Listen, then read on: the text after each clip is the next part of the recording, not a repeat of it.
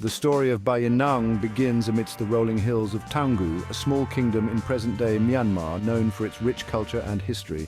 In 1516, a leader was born, Etched, later known as Bayinnaung, meaning king of many elephants. His birth marked the beginning of a new era. Bayinnaung's early life was steeped in the traditions of his people. He grew up in a close-knit community that valued honor and bravery. He learned the ways of a warrior, honing his skills in swordsmanship and horsemanship. These skills were essential for survival and leadership in those times. But young Bayinnaung was no mere soldier.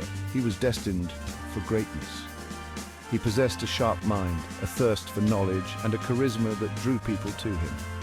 His intelligence and charm set him apart from his peers.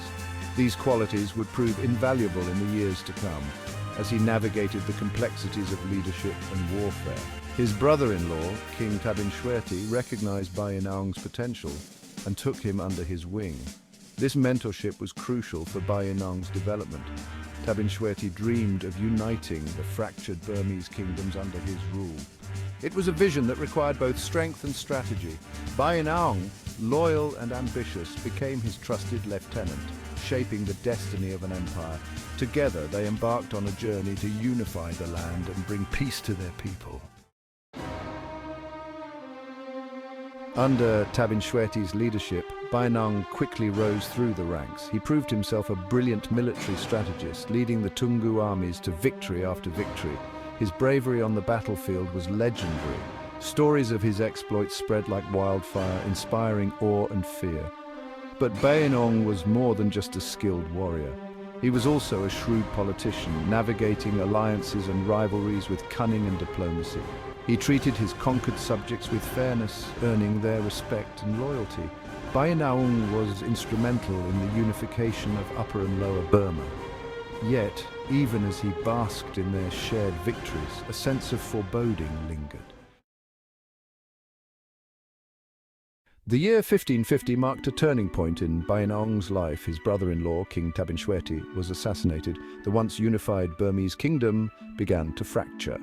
Bayinnaung, deeply grieved, faced a kingdom on the brink of collapse. Many expected him to claim the throne for himself, yet Bayinnaung showed remarkable restraint and political acumen.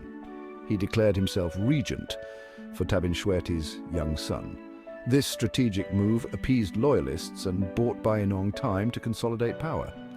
In 1555, with the kingdom stabilized, Bayinnaung formally ascended to the throne. He had a vision for a grand unified empire and was determined to see it realized. With the throne secure, Bayinnaung turned his attention to creating a Southeast Asian empire. His first target was the kingdom of Ava, a traditional rival. The campaign against Ava was swift and decisive. Bayinnaung, a master of logistics and strategy, outmaneuvered his enemies. The fall of Ava in 1555 sent a clear message. Bayinnaung was a force to be reckoned with. He aimed to expand the Toungoo borders far beyond his predecessors' imaginations. His next target was the Shan States, a mountainous region to the east. By 1557, the Shan States were incorporated into the burgeoning Toungoo Empire. Bayinnaung's victories had a domino effect, with smaller kingdoms choosing to submit. The king of many elephants was fast becoming the undisputed master of Southeast Asia. Bayinnaung's ambition knew no bounds. He set his sights on Ayutthaya, a wealthy and powerful kingdom in present-day Thailand. In 1563, Bayinnaung launched his first campaign against Ayutthaya. Leading a massive army, he laid siege to the heavily fortified city. The siege was long and arduous, testing Bayinnaung's logistical skills. Yet the king remained undeterred. After months of siege warfare, Ayutthaya fell to Bayinnaung's forces in 1569. The victory cemented his legacy as the greatest ruler Southeast Asia had ever seen. His empire now stretched from the borders of India to the edges of Laos. The king of many elephants had truly earned his name. The capture of Ayutthaya was more than just a military victory. It was a symbolic triumph that resonated deeply within the region.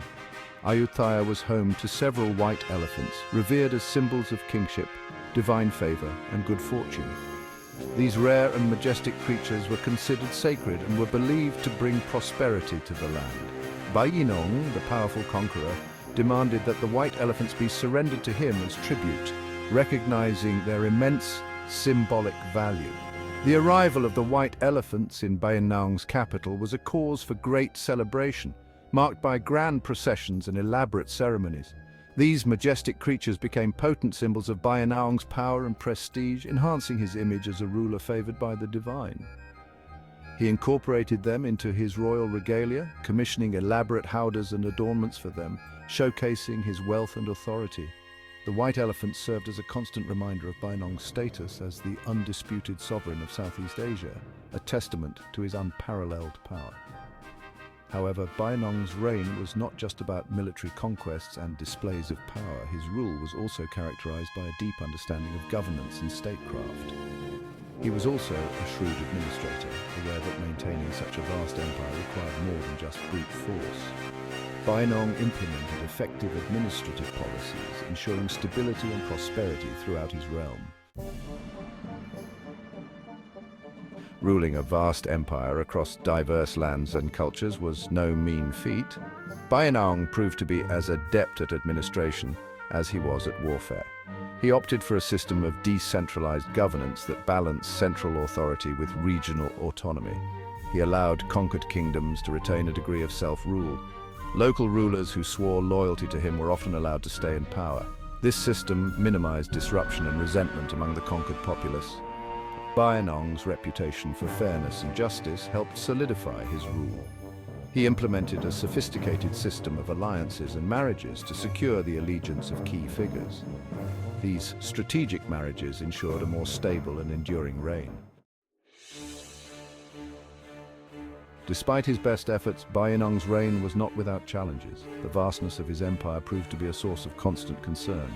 Rebellions erupted periodically throughout his rule. Keeping various factions in check required constant vigilance and military preparedness. The logistical difficulties of managing such a vast empire were immense. Communication lines were long and often unreliable. Maintaining a large standing army placed a heavy burden on the empire's resources. The diversity of the empire posed problems, with different regions having their own customs and laws. Despite these challenges, Bayinnaung remained a formidable ruler. His ability to maintain control over such a vast empire for over 3 decades is a testament to his exceptional leadership. As Bayinnaung aged, the relentless campaigns and burdens of empire took their toll. The once tireless warrior, now in his 60s, found his energy waning. Illness began to plague him, forcing him to rely more on his generals. Despite his failing health, Bayinnaung never lost his sharp mind or iron will. He continued to rule with a firm hand, quelling rebellions and overseeing state affairs. In 1581, after a reign of 40 years, Bayinnaung breathed his last. His death plunged the empire into mourning. People from all walks of life grieved the loss of their king. He was laid to rest with full honors, his tomb becoming a site of pilgrimage. Bayinnaung's death marked the beginning of the end for his vast empire. Without his firm hand, the fragile unity he had forged began to unravel. Rebellions erupted with renewed vigor and rival claimants to the throne emerged. Yet Bayinnaung's legacy extends far beyond the disintegration of his empire. He is remembered as a legendary figure, a warrior king who left an indelible mark on the region's history. His name echoes through the ages, synonymous with military prowess and political acumen. Bayinnaung's reign marked a golden age for Burmese culture and literature. He was a patron of the arts, commissioning temples, monasteries, and libraries. Chronicles, songs, and poems celebrated the exploits of the king of many elephants. Today, centuries after his death, Bayinnaung's legacy continues to resonate deeply in Myanmar, influencing both the cultural and historical landscape of the nation. He is revered as a national hero, a symbol of Burmese unity and power, embodying the spirit of resilience and strength that defines the country. His image adorns banknotes and postage stamps, serving as a constant reminder of his enduring place in the nation's consciousness and the pivotal role he played in shaping Myanmar's history. Statues of the king of many elephants stand tall in cities and towns across the country, symbolizing his lasting impact and the reverence the people hold for him. These monuments serve not only as memorials to a bygone era, but also as symbols of national pride and unity, reminding the people of their rich heritage. Bayinnaung's story continues to be passed down through generations, with grandparents sharing tales of his bravery and teachers educating students about his significant contributions. His life, filled with epic battles and political intrigue, continues to inspire a sense of national identity and pride, captivating the imaginations of young and old alike. While his empire ultimately crumbled, Bayinnaung's achievements remain a source of pride, with historical artifacts and ruins serving as tangible links to his storied past. The king of many elephants may be gone, but his legacy lives on, enshrined in the hearts of his people, continuing to inspire and unite the nation.